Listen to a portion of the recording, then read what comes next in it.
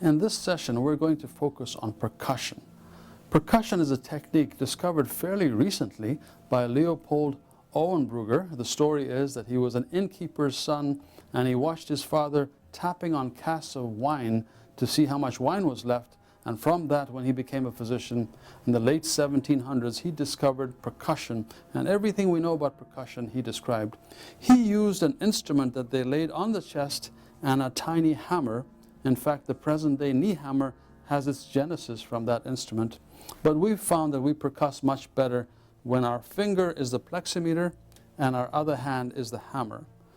I know that there are many different ways to do this. I favor you're putting your hand firmly against the patient's chest, not keeping the other fingers up, because I think it's harder to form a good seal.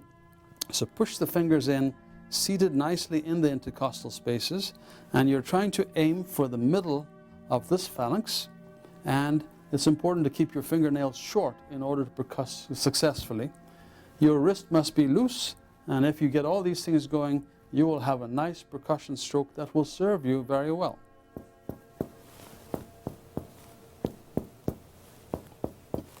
You're detecting a slight difference between left and right.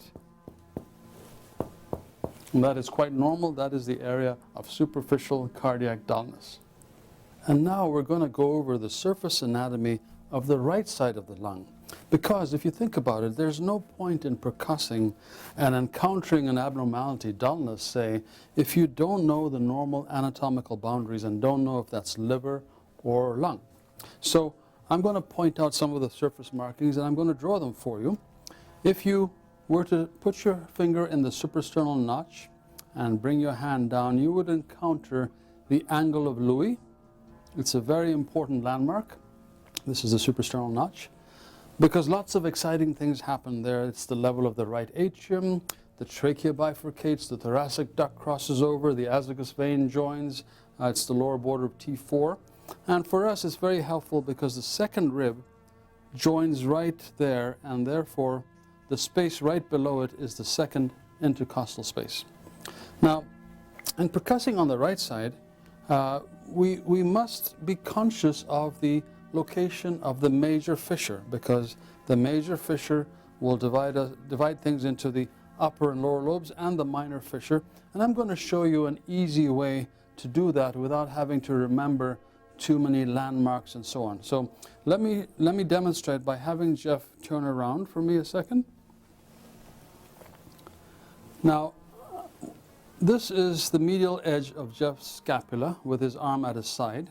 So if you remember this is where his scapula is. I'm now going to have him put his hand on top of his head.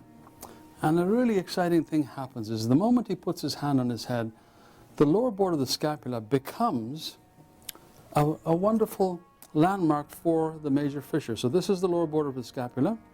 And if I continue it up and then continue it through the side like so, it will eventually meet the costal margin at about the sixth rib, right about there.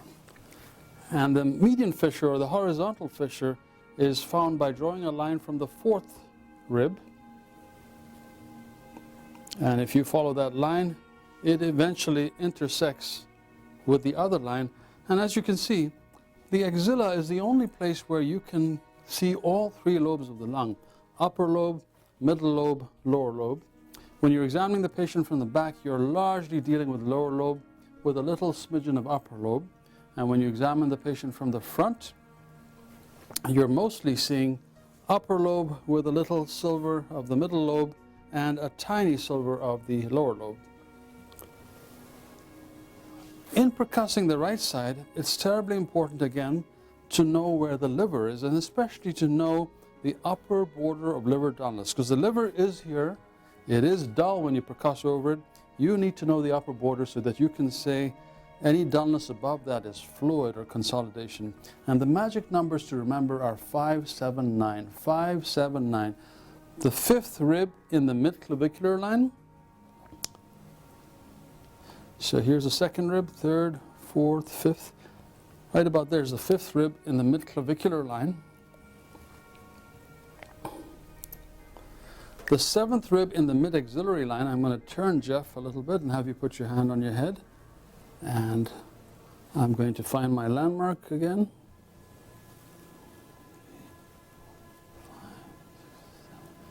Here's the seventh rib in the mid-axillary line.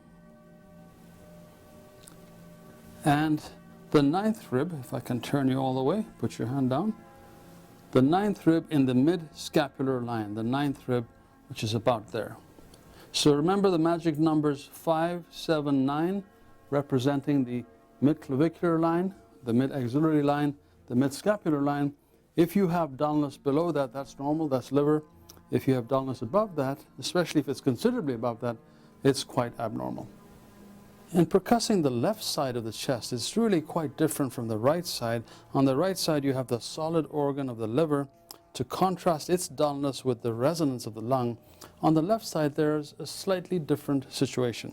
So on the left side, you have the heart. And as I mentioned before, you have a fist-sized area of dullness, which we call the area of superficial cardiac dullness. Everybody should be dull there. And if they're not, it suggests hyperinflated lung. The pulmonary second space, again, should always be resonant, and if it's not, it suggests perhaps an enlarged pulmonary artery. But the very interesting phenomenon here has to do with the gastric bubble that sits under the rib cage. Here is the lower margin of the rib cage, and the gastric bubble sits underneath there in an area called Traube space, which I'm going to outline. Traube space, spelled T-R-A-U-B-E, is formed by dropping a perpendicular on the sixth rib in the midclavicular line. So here's the midclavicular line. Here's the second rib, third, fourth, fifth, sixth. So perpendicular from the sixth rib in the midclavicular line, and another perpendicular from the ninth rib in the anterior axillary line. And what you then get is an irregular quadrilateral representing the stomach bubble sitting quite high up. Don't forget, the diaphragm is quite a dome, even though the costal margin is here. And when we percuss the lung and go down this way, we go from resonance typically to tympany from that large solitary bubble. So listen to this.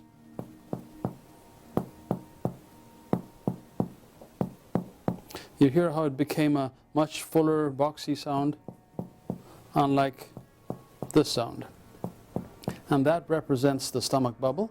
It's a useful sign because if you have a pleural effusion on the left lung, it will seep into the costophrenic angle and it will obliterate Traube space. Whereas if you have a consolidation of the lung will be consolidated, the lung sound will be flat, dull, and when you come here, Traube space will be preserved because the lung boundary is over there. This represents the costophrenic recess. And so it's a useful sign in that situation.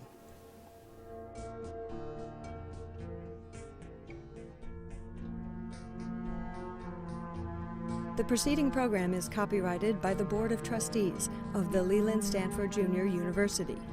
Please visit us at med.stanford.edu.